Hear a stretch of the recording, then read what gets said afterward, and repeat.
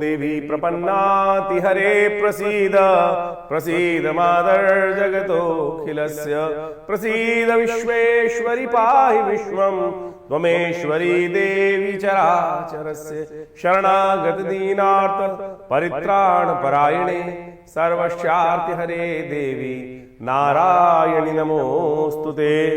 तो मीन राशि वाला 16 तारीख का दिन विशेष ग्रहों योगों के साथ उपस्थित हुआ है। सोम प्रदोष के साथ उपस्थित हुआ है। सोमवार और द्वादशी त्रयोदशी का योग शाम के समय सुंदर जो योग बन रहा है वो बहुत कल्याणकारी योग है, क्योंकि उस दिन त्रयोदशी के साथ साथ शाम को तो सोमवार का योग बन रहा है, वो बहुत ही श्रेष्ठ योग बना रहा है आपकी राशि के दृष्टिकोण से।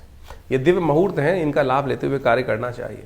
ग्रहों का योगायोग परिवर्तन की तरफ ज़्यादा दिखाई दे रहा है। जो आपकी राशि के दृष्टिकोण से देखा जाए तो ग्रहों का योगायोग ये थोड़ा परिवर्तन की तरफ विशेष ज़्यादा दिखाई दे रहा है।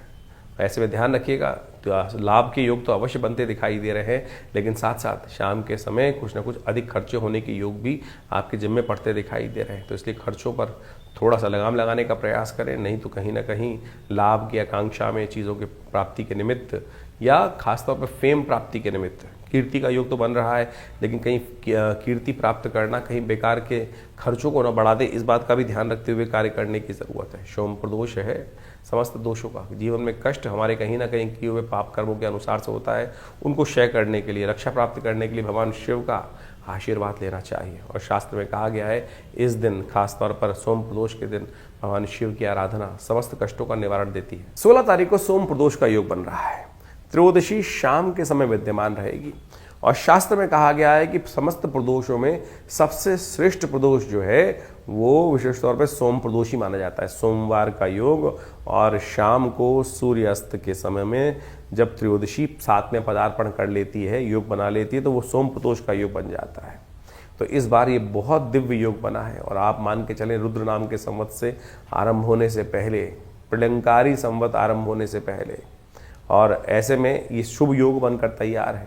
कहा जाता है कि जब शाम के समय सूर्यास्त के 2 घड़ी बाद तक, 2 घड़ी यानी 48 मिनट तक ये बहुत शुभ योग बना रहेगा। ऐसे में केवल भगवान नाम का स्मरण होना चाहिए।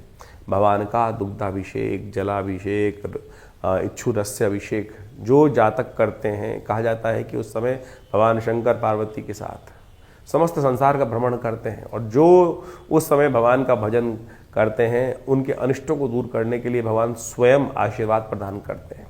ये कपोल कल्पित बात नहीं है, शास्त्रोक्त विधि के अनुसार से बात है। इस बात का हमको ध्यान रखना चाहिए।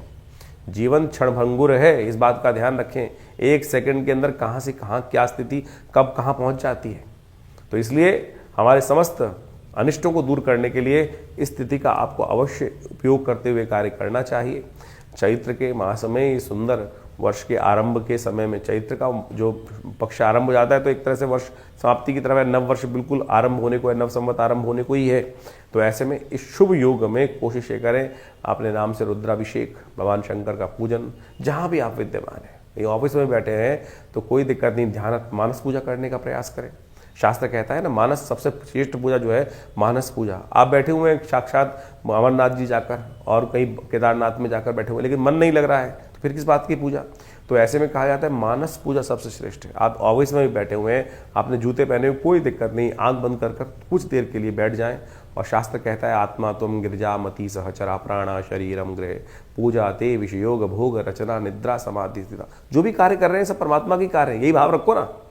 ये आत्म रूप में जाकर भगवान का सुंदर रूप से यही बैठ ध्यान में चले जाइए कि मैं मंदिर में विद्यमान हूँ, बहुत सुंदर तीर्थस्थल में विद्यमान हूँ, भगवान का स्तवन कर रहा हूँ, ओम नमः शिवाय का मानसिक जप कर लीजिए, वही उससे ज़्यादा प्रभाव आपको प्राप्त होगा। कोशिश करें इस क्षण को इस तरह से आप अवश्य लाभ लेने का प्रयास करें।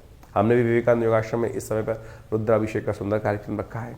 आप भी अपने नाम से इस रुद्राभिषेक में, इस सुंदर योग में आप अपने नाम से यज्ञ इत्यादि का, रुद्राभिषेक इत्यादि, दुग्धाभिषेक इत्यादि भगवान शंकर का अवश्य करवाने का प्रयास कीजिए। क्योंकि जब पुनः हम आपको अवगत करा रहे हैं, संवत 2083 रुद्र नाम का संवत आरंभ हुआ चाहता है और ये अच्छा नहीं रहेगा, भयावह रहेगा। और आपको खासतौर पे ध्यान रखना चाहिए, जिन जिन की कहीं ना कहीं शनि की ढैया चल रही है, कुछ ना कुछ कहीं का अशुभ प्रभाव चल रहा है जीवन में, परिवार में किसी पर भी चल रहा है, तो उस समय में इन समस्त पुण्य योगों का लाभ लेते हुए कार्य करना चाहिए। भगवान शंकर की कृपा प्राप्त करने का ये अद्भुत योग है जिसे कहा जाता है सोम प्रदोष। जाने मत दीजिएगा, खाली व्यर्थ बैठने मत दीजिएगा, कोशिश कीजिएगा थोड़ी देर भगवान का स्तवन अनिष्टों को दूर करने के लिए बहुत सुंदर योग बनाए। मीन राशि वालों के लिए 17 तारीख का दिन, मंगलवार का दिन बहुत ही विशेष ग्रहों योग के साथ उपस्थित हुआ है। शिवरात्रि का योग बन रहा है, त्रयोदशी के साथ साथ चतुर्दशी शाम को उपस्थित होने के कारण से मासिक शिवरात्रि का योग भी बन रहा है। इस दिन वारुणी त्रयोदशी का योग भी है। सागर मंथन से, सागर मंथन में जब श्रम किया गया देवताओं के द्वारा तो कहा जाता है अमृत तो उत्पन्न हुआ ही हुआ, लेकिन उससे पहले वारुणी भी उत्पन्न हुई, हलाल विष भी उत्पन्न हुआ उसमें से। तो यानी जो प्रयास करोगे उसमें से मेहनत से हर चीज़ प्राप्त निकलेगी, अच्छी खराब जो भी। अब उसको ग्रहण करने का अधिकार किसको है वो ध्यान रखना चाहिए। कई बार हम मेहनत करते हैं, उसमें से कुछ विष भी निकलता है, हर चीज़ अच्छी नहीं निकलती, खराब भी निकलती है, और वो जब में पड़ जाती है जिसके वो कहीं ना कहीं कष्ट, कोई काम खराब हो गया, कहीं ना कहीं युति खराब हुई, तो ऐसे में क्या किया, देवताओं ने उसको त्याग दिया। अच्छे पुरुष थे उन्होंने त्याग दिया, असुरों ने उसको प्राप्त कर लिया, और उसी की संगत के कारण से, वारुणी की संगत के कारण से ही देवता जो है अमृत से विहीन रह गए, मदहोश हो गए। तो कोशिश ये करें, ये कर्म का प्रभाव है। कर्म के समय गुरु का सानिध्य अवश्य है। जिनके गुरु देवताओं के गुरु साक्षात भगवान विष्णु रहे, बृहस्पति रहे, तो उनका अहित कैसे हो सकता है, इस बात का हमको ध्यान रखना चाहिए। यही इन कथाओं का महत्व आपको समझना चाहिए। ग्रह नक्षत्र ज्योतिषियों के अनुसार से तो बताते ही हम, लेकिन उनके साथ साथ उनका प्रभाव भी समझना चाहिए। तो हमने आपके समक्ष रखा, जो हमारे ऋषि मुनियों ने शोध किया है वो आपके कल्याण के लिए ही क्या है। तो इस दिन ग्रहों का योग आपकी राशि के दृष्टिकोण से गजकेसरी योग बन रहा है, लेकिन ध्यान रखिएगा कहीं ना कहीं थोड़े खर्चे और स्वास्थ्य के मामले में समय भारी दिखाई देता है। स्वास्थ्य पर अननेसेसरी खर्चे होने के योग भी, अननेसेसरी के कोई ना कोई विभिन्न कार्यों में धन खर्च होने के योग, बेकार के कामों में खर्च होने के योग भी साथ साथ बन रहे हैं। कीर्ति का योग भी है, लाभ का योग भी है, लेकिन लाभ में तभी प्राप्ति के योग बनेंगे जब अननेसेसरी खर्चे वो रोक पाएंगे। हो सके तो शिव जी का सुंदर आराधना करें, मासिक शिवरात्रि है, शिव का भगवान हनुमान जी के साथ पूजन करना कल्याणकारी रहेगा। बात कर लेते हैं 18 तारीख बृहस्पतिवार की चतुर्दशी और पूर्णिमा का ये अमावस्या का योग बन रहा है, और चैत्र की अमावस्या है, वर्ष का अंतिम दिवस है। कोशिश ये करें आनंद के साथ अपने पितरों के निमित्त तर्पण इत्यादि कर ब्राह्मण भोजन करके उसको मनाने का प्रयास करें। ग्रह नक्षत्र जो है वो कहीं ना कहीं अननेसेसरी खर्चे भी कराने को, लाभ भी देने को, दोनों योग साथ साथ चल रहे हैं, यानी पैरेलल दोनों योग चलते दिखाई दे रहे हैं। लाभ के भी और नुकसान के योग बनते दिखाई दे रहे हैं। अब कोशिश ये करें सदकर्म में धन खर्च हो जाए तो वो कहीं ना कहीं आपके लिए पुण्य का उदय कर देगा। तो इस बात का ध्यान रखते हुए कार्य करेंगे तो बहुत अच्छा रहेगा। 19 तारीख बृहस्पतिवार के दिन नववर्ष, नव संवत आरंभ हो रहा है। रुद्र नाम का संवत इस बार आरंभ होगा। सबकी बहुत बहुत आप सबको शुभकामना। लेकिन ये संवत जो है, रुद्र नाम का संवत जो है, बड़े भयावह योग लेकर आया है। इस बार जो ग्रह नक्षत्र को दृष्टिकोण से आप देखें तो ये योग जो है आपकी राशि के दृष्टिकोण से देखें तो कुछ नहीं, ये दिन की स्पेसिफिक बात करें तो कुछ नई उम्मीदों को लेकर आता दिखाई दे रहा है, नई एनर्जी को लाता दिखाई दे रहा है। लेकिन यदि संवत की बात करें तो ये संवत भयावह है, ये विप्लवकारी है, और ये कहीं ना कहीं जिस प्रकार के योग इस आपके वर्ष बन के जो तैयार हो रहे हैं वो कहीं ना कहीं राग द्वेष, पूरे विश्व को अशांत करने का वातावरण कहीं बनाते दिखाई दे रहे हैं।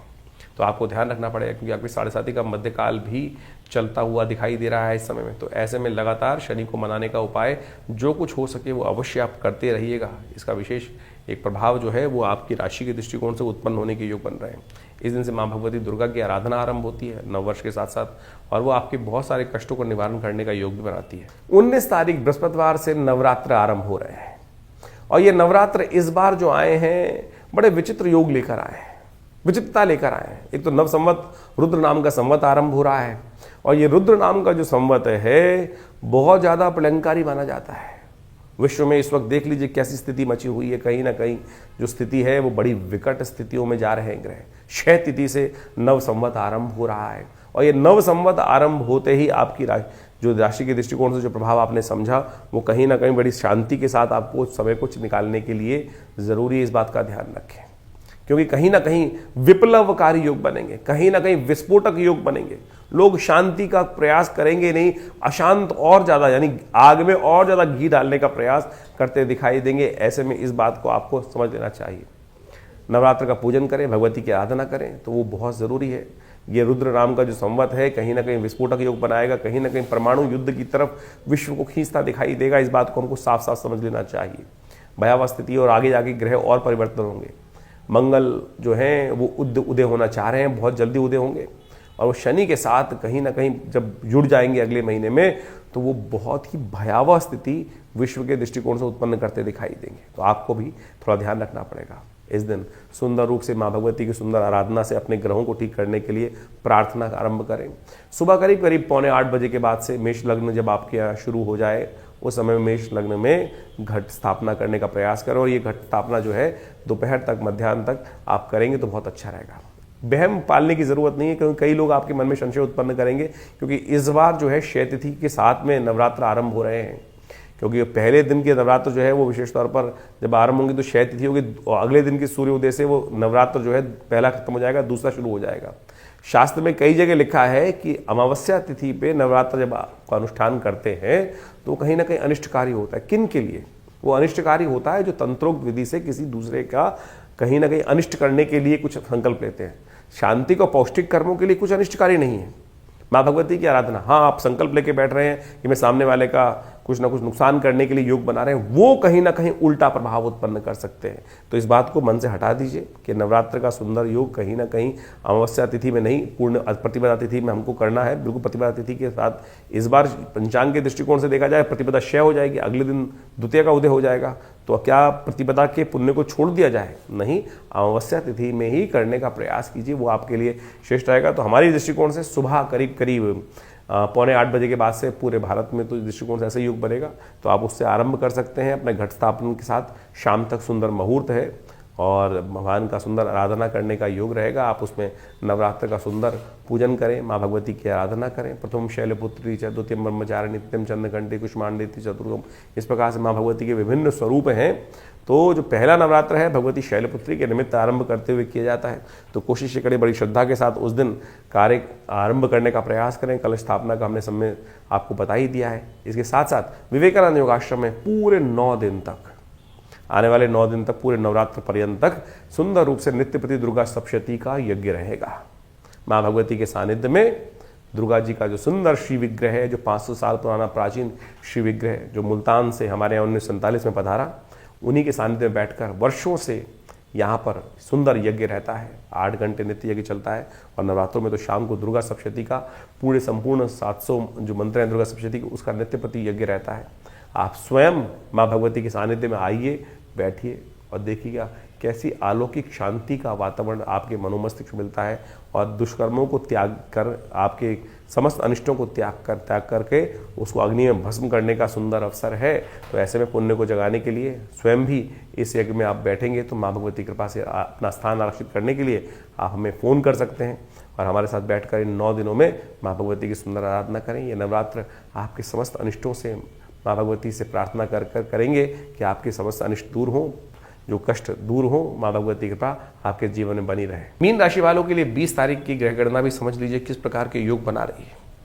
देखिए उस दिन शुक्रवार का अवसर है, द्वितीय तिथि विद्यमान है, और ग्रह नक्षत्र दृष्टिकोण से यदि देखा जाए तो आपके अंदर जो है एनर्जी लेवल अच्छा दिखाई दे रहा है। लोगों की सेवा करने का भाव भी मन में जागता दिखाई दे रहा है। यदि कोई मौका मिले तो कोशिश ये करना कहीं सेवा का भाव सामने आए तो चूक मत जाना। आपकी राशि में इन दिनों योग चल रहे हैं कि जितनी सेवा, जितने दरिद्रों की, गरीब की, ज़रूरतमंद लोगों की सेवा करने का मौका आपको प्राप्त हो। कई बार रास्ते में कोई खिड़की खटखटा देता है गाड़ी की और आप मुंह फेर लेते हो। जितना कुछ हाथ बंद करके सामर्थ्य कर सको अवश्य करने का प्रयास करना। ग्रह नक्षत्र ज्योतिषियों जो गणनाओं के अनुसार से इस वक्त योग जो बन रहा है वो आपके लिए ओवरऑल अच्छा ही दिखाई देता है, और वो आपको कहीं ना कहीं आगे बढ़ने की योग अच्छे से बनाता दिखाई दे रहा है। वो शांत रह के छोटी छोटी बातों पे एग्रेसिवनेस को त्यागते हुए कार्य करने का प्रयास करें। दूसरा दिन ब्रह्मचारिणी देवी का दिन होता है। माँ भगवती जो श्वेत वस्त्र धारण करते हुए, माला हाथ में लेकर और कमल का पुष्प जिनके हाथ में विराजमान है, ऐसी ज्ञान की देवी की आराधना करने का अवसर है।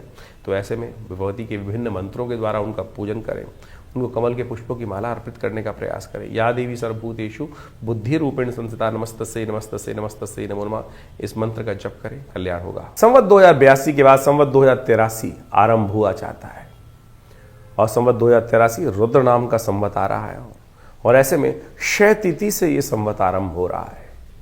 क्षय तिथि से आरंभ, और ग्रहों की गणनाओं को यदि हम देखें तो बड़ी भयावह स्थिति है। जी हाँ, बड़ी भयावह स्थिति है। मंगल काफ़ी लंबे समय से अस्त होकर चल रहे थे, उदय होने के लिए बहुत बिल्कुल तैयारी पे जा रहे हैं इस वक्त, और ऐसे में शनि अपने भयावह स्वरूप में है। कई ग्रहों की युति एक साथ हो गई है, और अभी कुछ दिन बाद मंगल शनि की युति भी एक साथ होने वाली है, और ऐसे में मंगल का उदय होना, फिर विशेष तौर पर शनि का भी उदय हो जाना, ये आने वाले समय में बड़ी विकट स्थिति संसार में उत्पन्न करने की योग बनाता दिखाई देगा। ऐसे में जिस प्रकार का युद्ध के वातावरण जो पूरे बने हुए युद्ध चल रहे हैं, उसमें और ज़्यादा भयावह स्थिति हो सकती है। जहाँ तक कि ग्रह दृष्टिकोण से यदि देखा जाए तो ग्रह साफ साफ दिखा रहे हैं कि आने वाले समय में जिसकी आशंका पूरे विश्व में लोगों के मन में है, वो स्थिति बनने की बिल्कुल योगायोग बनते दिखाई दे रहे हैं। कहीं ना कहीं भयानक विस्फोटक योग, जिस प्रकार से परमाणु युद्ध की बात बार बार कई वर्षों से सुनने को मिलती है, वो स्थिति बिल्कुल सामने कगार पर आकर खड़ी होती दिखाई दे रही है। क्योंकि मंगल बिल्कुल जिस स्थिति में जाएंगे, शनि के साथ युति बनाएंगे अप्रैल के आरंभ के बाद, तो ये स्थिति बहुत सारे लोग जो कह रहे हैं कि युद्ध शांत हो जाएगा, ये आगे भयावह वातावरण बनने की पूरा वर्ष, क्योंकि संवत 2083 रुद्र नाम का संवत है, प्रलंकारी संवत है, और ये समय आने वाले समय में विकट परिस्थितियां संसार के समक्ष उत्पन्न करता दिखाई देगा। क्षय दिखाई देता है, कई प्रकार की समस्याओं को उत्पन्न करता दिखाई दे रहा है। वर्ष के राजा विशेष तौर पर आप मान के चलें बृहस्पति होते हुए भी 6 स्थिति में 6 तिथि के साथ ये जो वर्ष आरंभ हो रहा है, ये कहीं भी कुछ भी योग अच्छा नहीं दिखाता है। ये कहीं ना कहीं इस वक्त विश्व के कर्णधारों को समझ दिखाते हुए बहुत जितना भी ज़्यादा परिश्रम हो सकता है इस युद्ध को रुकवाने के लिए प्रयास करना चाहिए, नहीं तो इसका परिणाम जो है हर व्यक्ति के लिए भारी होता दिखाई दे रहा है।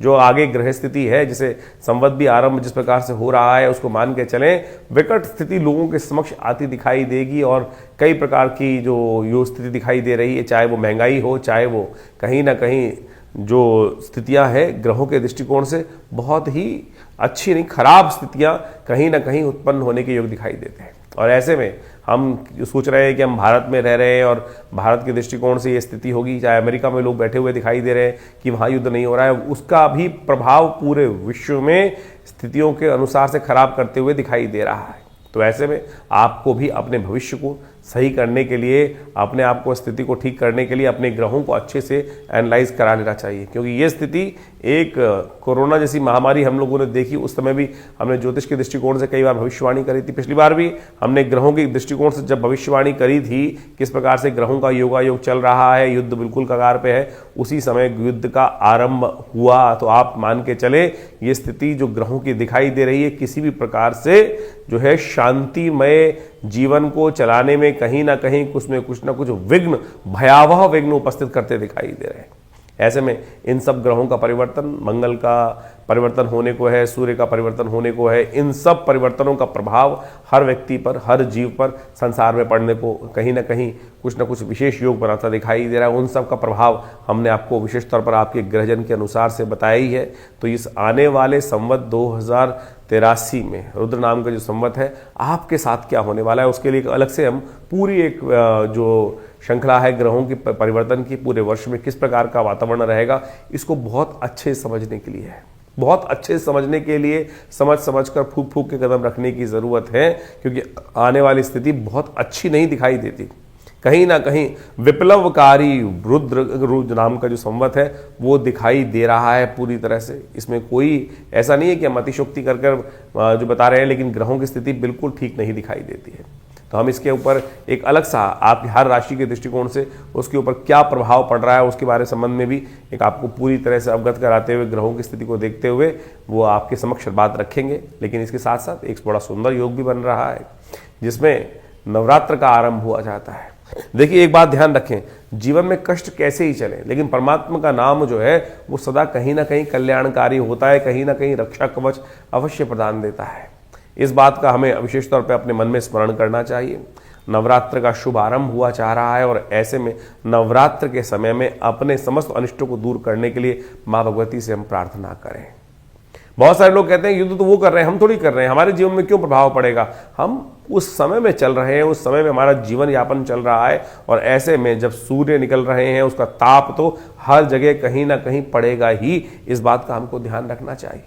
तो ऐसे में नवरात्र का शुभ पर्व भगवती की आराधना का पर्व है, और इस समय नवरात्र के शुभ पर्व का भी जो आरंभ हो रहा है वो अमावस्या तिथि में ही हो रहा है। अब कितना ही बच लें, शास्त्र में कहा गया है कि अमावस्या की तिथि के दिन से यदि भेद हो रहा हो तो उस दिन से नवरात्र का तंत्रोक्त विधि से अनुष्ठान नहीं आरंभ करना चाहिए। लेकिन इस बार वो भेद से बच ही नहीं सकते हैं, क्योंकि प्रतिपदा जो है वो क्षय हो गई है। अमावस्या युक्त प्रतिपदा है, वो क्षय हो गई है। और अगर आप उसके अगले दिन से यानी 20 तारीख से नवरात्र का पूजन आरंभ करते हैं तो पहला नवरात्र तो योग से चला गया, तो इसलिए आरंभ जो होगा वो तो 20-19 तारीख से ही करना पड़ेगा नवरात्र को। तो इसमें तंत्र विधि के अनुसार से बहुत सारे लोग किसी की अनिष्ट की कामना से अनुष्ठान करते हैं। कई बार लोग बहुत सारी मनोकामनाएं होती हैं, इस बात का ध्यान रखना विशेष तौर पर। इस बात में किसी के अनिष्ट की कामना कर कर यदि अमावस्या युक्त तिथि प्रतिपदा तिथि में कोई अनुष्ठान आरंभ किया जाए तो वो अनुष्ठान कभी पूर्ण नहीं होता है, उल्टा करने वाले का ही क्षय प्राप्त होने के योग बन जाते हैं। तो इसलिए सर्व कल्याण के लिए ही इस बार जो भी विधि विधान के अनुसार से पूजन करने का विधान कि सर्वे भवन्तु सुखिनः, इस बात का ध्यान रखते हुए माँ भगवती की आराधना। क्योंकि दुर्गा सप्तशती इत्यादि जितने भी तंत्र ग्रंथ हैं उसके अंदर बहुत लोगों के अनेक अनेक मनोकामना के लिए बहुत सारे लोग कार्य करते हैं। कुछ लोग शुभ करने की बात करते हैं, कुछ लोगों के अशुभ भाव भी करते हैं। तो इस बात का अच्छे से लोगों को स्मरण हो जाना चाहिए कि हम केवल भगवत प्रसन्नता के लिए, परमात्मा के स्मरण के लिए ही इन अनुष्ठानों को इस बार करने का प्रयास करें। नहीं तो कहीं ना कहीं कुछ अभिष्टकारी जो है अनिष्टकारी योग इस बार बनते दिखाई दे रहे हैं, वो कहीं ना कहीं स्थितियों को खराब करने के वातावरण बना सकते हैं। तो ऐसे में नवरात्र का सुंदर यज्ञ जो विवेकानंद योगाश्रम में हर साल चलता ही है पूरे नवरात्रों के अंतर्गत, तो वो भी आरंभ रहेगा। सुबह करीब करीब मेष लग्न में घट स्थापन करने का आप सबको प्रयास करना चाहिए। मेष राशि के जब मेन आपके क्षेत्रों में मेष लग्न का उदय हो रहा हो, दिल्ली के अनुसार से करीब करीब 7:45 बजे तक का ये समय बनता है। 7:45 से लेकर करीब करीब मध्याह्न काल तक घट स्थापन करना किसी रूप में भी शुभ रहेगा। परमात्मा का स्मरण करते हुए, भगवान का ध्यान करते हुए आप इस नवरात्र में माँ भगवती की प्रसन्नता के लिए पूजन इत्यादि जो करते हैं। वैसे विवेकानंद योगाश्रम में माँ भगवती का सुंदर जो श्री विग्रह विद्यमान है, जो 500 साल पुराना है। 1947 में मुल्तान से, पाकिस्तान से कोई व्यक्ति लेकर आश्रम पे आए और उस समय से ही ये यहाँ प्रतिष्ठित है। और इन्हीं के सानिध्य में दुर्गा सप्तशती का यज्ञ रहेगा। तो आप भी स्वयं उस यज्ञ में बैठना चाहें तो अपने जो आश्रम के नंबर्स हैं उन पर अपना स्थान आरक्षित कर माँ भगवती का सानिध्य प्राप्त करने का प्रयास करें। दिव्य माँ भगवती का श्री विग्रह है, आपको हम ग्राफिक के माध्यम से भी इसमें दिखा रहे हैं। आप कोशिश करें इनके सानिध्य में बैठकर माँ भगवती का स्मरण करें, आपकी अनेक मनोकामनाएं सिद्धि होने के योग बनेंगे।